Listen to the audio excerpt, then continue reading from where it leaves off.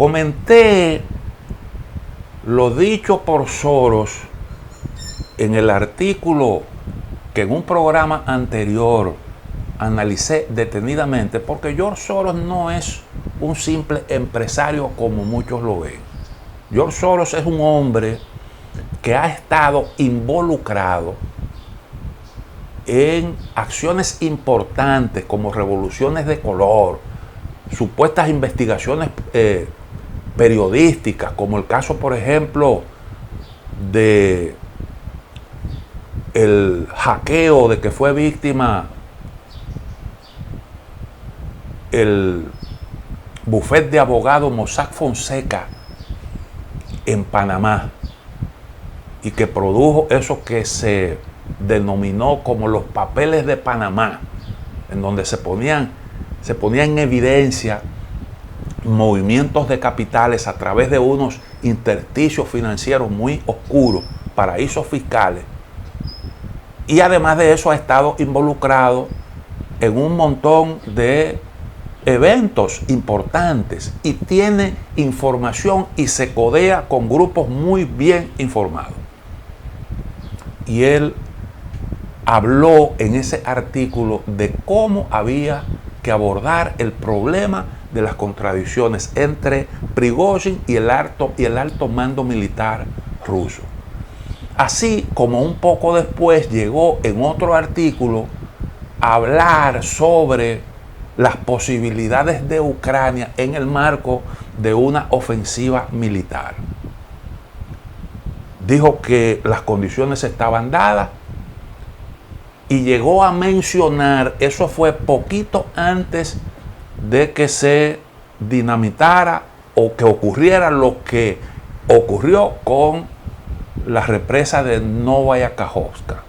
Pero curiosamente, él hablaba de las dificultades de Crimea para tener acceso al agua potable y la posibilidad que tenía Ucrania en el marco de esa ofensiva de interrumpir ese suministro, lo cual podría ser un golpe muy duro para Rusia, tomando en consideración la importancia de la base naval rusa en ese territorio. Curiosamente, poquitito después ocurrió eso que nosotros vimos ahí en Novaya Kajovka. Por eso nosotros hemos citado esos trabajos del señor George Soros. Ahora, apliquemos la lógica brutal a lo que aconteció el fin de semana pasado, a eso que protagonizó el señor Yevgeny Prigozhin, que es sin lugar a duda un hombre astuto, un hombre inteligente, un hombre muy pero muy talentoso, a pesar de ese pasado que tiene, ese prontuario delictivo que él acumuló, porque es un hombre que tuvo antecedentes penales, estuvo preso, era atracador y le gustaba robar en apartamentos aprovechando la nocturnidad. Esa era una de sus especialidades. Estuvo preso en los años 80 y un hombre que conoce muy bien ese ambiente de las cárceles rusas. Se hizo multimillonario, cultivó unas relaciones muy estrechas con Vladimir Putin, se convirtió en uno de los hombres de su confianza y bueno, aparece de repente al frente de un grupo militar, que es una gran confianza que en él se depositó, porque se le están asignando funciones que son funciones de Estado, aparentemente en su condición de empresario, con unas conexiones que tienen que ser conexiones muy estrechas con las Fuerzas Armadas de Rusia, para poder cumplir con esa labor, no solo dentro del territorio de Rusia, sino también fuera del país. Eso no se le confía a cualquier persona. Pero para usted, además de eso, desempeñar funciones de ese tipo, usted tiene que tener algún talento. Él no es un experto militar, él no es el que dirige operativamente el grupo Wagner, pero sin lugar a dudas él ha ejercido el liderazgo. Aunque, yo repito, los jefes militares, los que toman las decisiones, los que conducen operativamente el grupo, son gentes que tienen sus vínculos muy estrechos con el alto mando militar de Rusia. Aunque aparentemente quien lidera el grupo es el señor Prigozhin.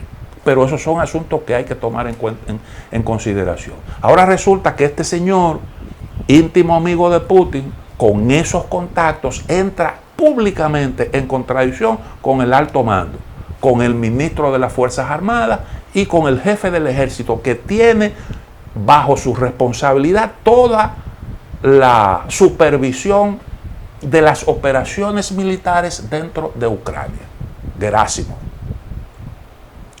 Y entonces hace contra estos acusaciones muy graves. El señor Vladimir Putin escucha esto y tolera esas contradicciones.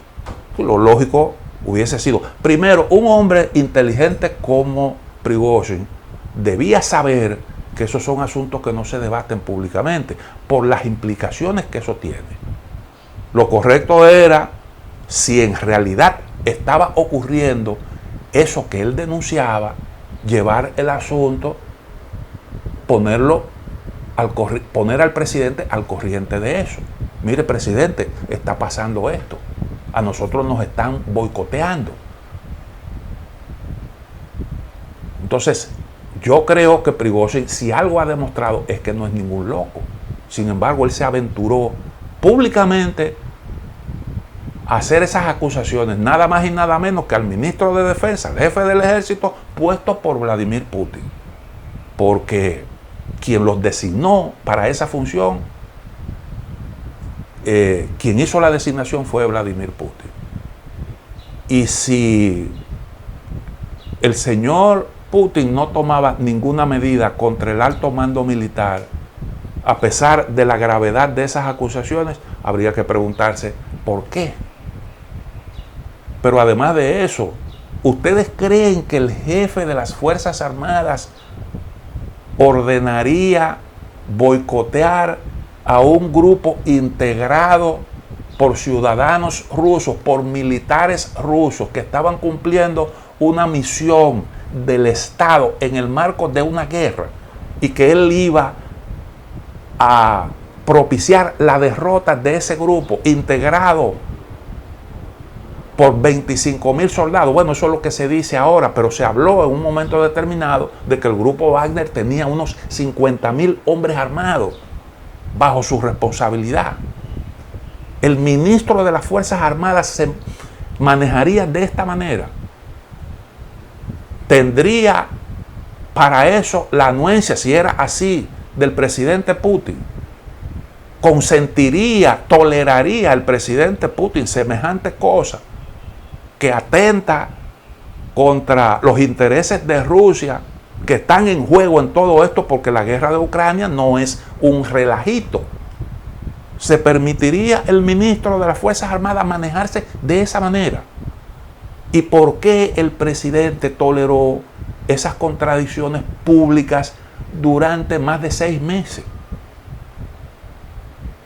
Esas son preguntas que hay que formularse. Pero además de esto, bueno, se dice que hubo un ataque con misiles al campamento de los Wagner en el territorio de Ucrania y que murieron muchísimos soldados. No hay una evidencia de que eso ocurriera. Bueno, Putin dijo, eso no pasó, eso es un invento y este señor está mintiendo. Pero, bueno, hay una pregunta que hay que formularse aquí.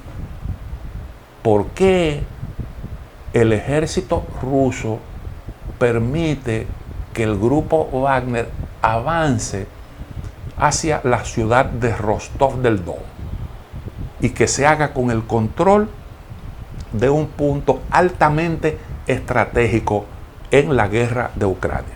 Y eso se produjo sin tirar un solo tiro, cuando todo el mundo sabe que el grupo Wagner Si el ejército hubiera querido impedir eso, no hubiera logrado ese objetivo. ¿Por qué? Bueno, porque ¿de qué era que se quejaba el grupo Wagner? De que no le suministraban las municiones y las armas. ¿Y cómo un ejército, cómo un grupo armado sin municiones va a cumplir una tarea de ese tipo? Pero además de eso, toda esa zona, porque el grupo Wagner dicen que ahora mismo son 25.000 personas, 25.000 combatientes. El ejército ruso tiene más de 800.000. Y en esa zona donde estaba descansando el grupo después de haber cumplido su misión en Bakhmut, toda esa zona está llena de campamentos militares rusos, poderosos, que hubieran podido detener al grupo Wagner sin mayor dificultad. ¿Por qué no se impidió eso? La marcha hacia Rostov. Pero además, ¿cómo es que el grupo Wagner toma Rostov sin disparar un solo tiro? Te pudiera decir, bueno, pero aquí el factor sorpresa. Pero no solo no se tiró un solo tiro, sino que no hubo arrestados ni nada por el estilo. Además, el objetivo no era tomar Rostov, que de por sí el control de esa ciudad daba un enorme poder. Controlar esa ciudad para Rusia era una cuestión, un golpe muy duro. El control por parte de un grupo disidente. No hubo un solo prisionero, algo sumamente curioso, pero además el objetivo no era Rostov de manera pura y simple. El objetivo era, desde ahí, bueno, lo que se decidió fue marchar hacia Moscú. O sea, tú dejas el control de algo que te da mucho poder y te decides por una acción altamente riesgosa, que era la de marchar en caravana hacia Moscú, en lo que era supuestamente la marcha por la justicia según Prigozhin. Una verdadera locura, porque el grupo Wagner en esas condiciones no era realmente un peligro para Moscú. Permítanme la otra pausa, en breve retorno.